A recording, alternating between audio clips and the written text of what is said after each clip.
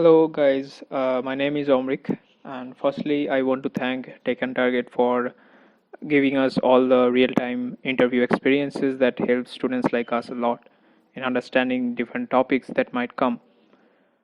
I'm from a C background, and my exam was on 16th October, and the round one, and that went pretty good.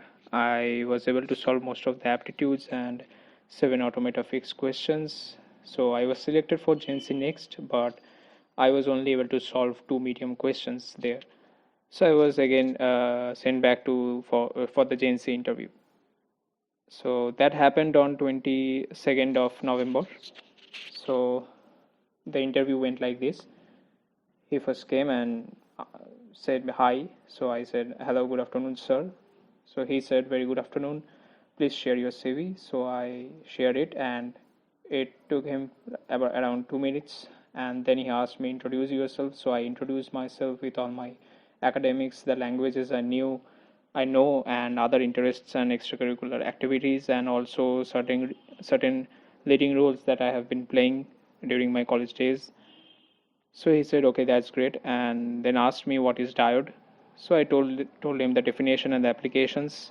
Then he asked me what is oscillator. I defined along with different types of oscillators. He asked me what is accumulator. I told him.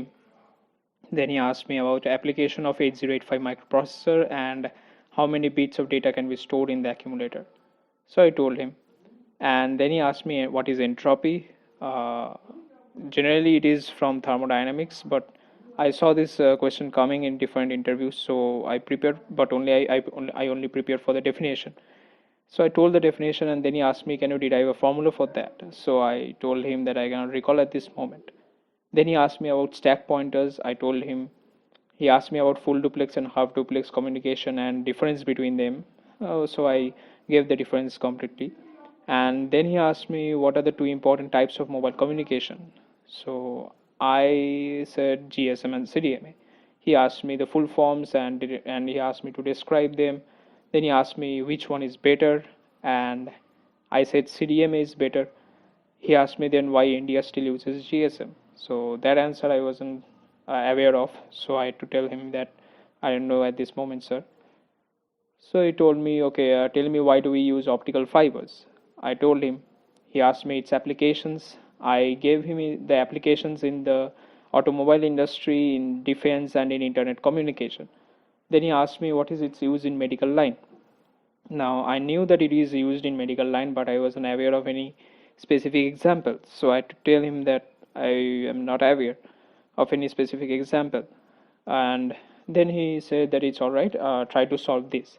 And he gave me a code snippet in the chat box.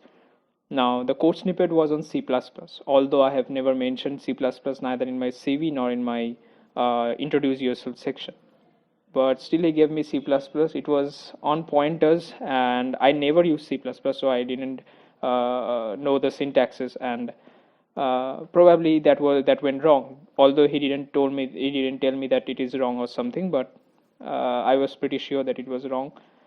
Then he asked me what is constructor.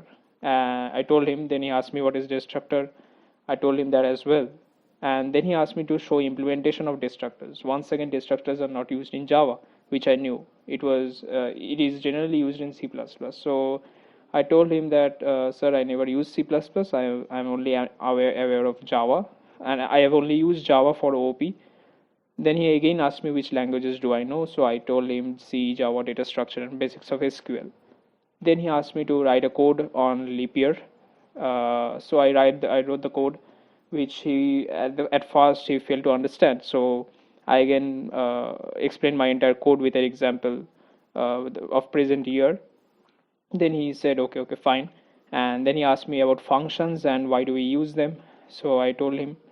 Then he told me to solve a puzzle, and he gave me a time, speed, and distance problem, and it was not that difficult, and I was able to solve it.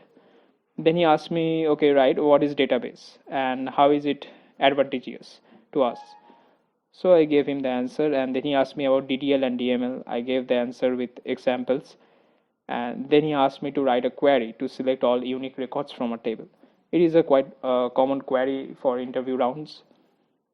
So I was able to answer that one. And then he finally relaxed a bit and he asked me, okay, suppose if you are not selected, what will you do? So I told him that from this interview, I've understood several points that I need to work harder, and I will keep trying, and maybe I will get another chance at CTS from the off-campus drive, but I will keep trying. Then he asked me, okay, let me ask you something, Omrik. Are you okay with different shifts? So I said, yes, absolutely, sir. Then he asked me about relocation. I told that it will be absolutely fine. In fact, I would love to. Then he asked me about certain favorite places in India to go. I told him some of the places. Now, my interview was from South India, and he then again asked me, suppose you are shifted to South, for example, Coimbatore, will you have any problem? So I said that I will have absolutely be fine with that. And then he finally asked me about my fourth year project. And he asked me if I am currently associated with any project or not. So I said that yes, I'm currently, there is an ongoing project. And I gave the topic, and he didn't ask me to explain it, but he just listened and okay, said, okay, that's all, Omrik. Do you have any questions? So I asked him a question about new technologies that I should learn, which will be beneficial for me as well as the company. And he answered it, and then he said, okay, thanks, Omrik. Have a nice day. So I also greeted him, and that was all about my interview.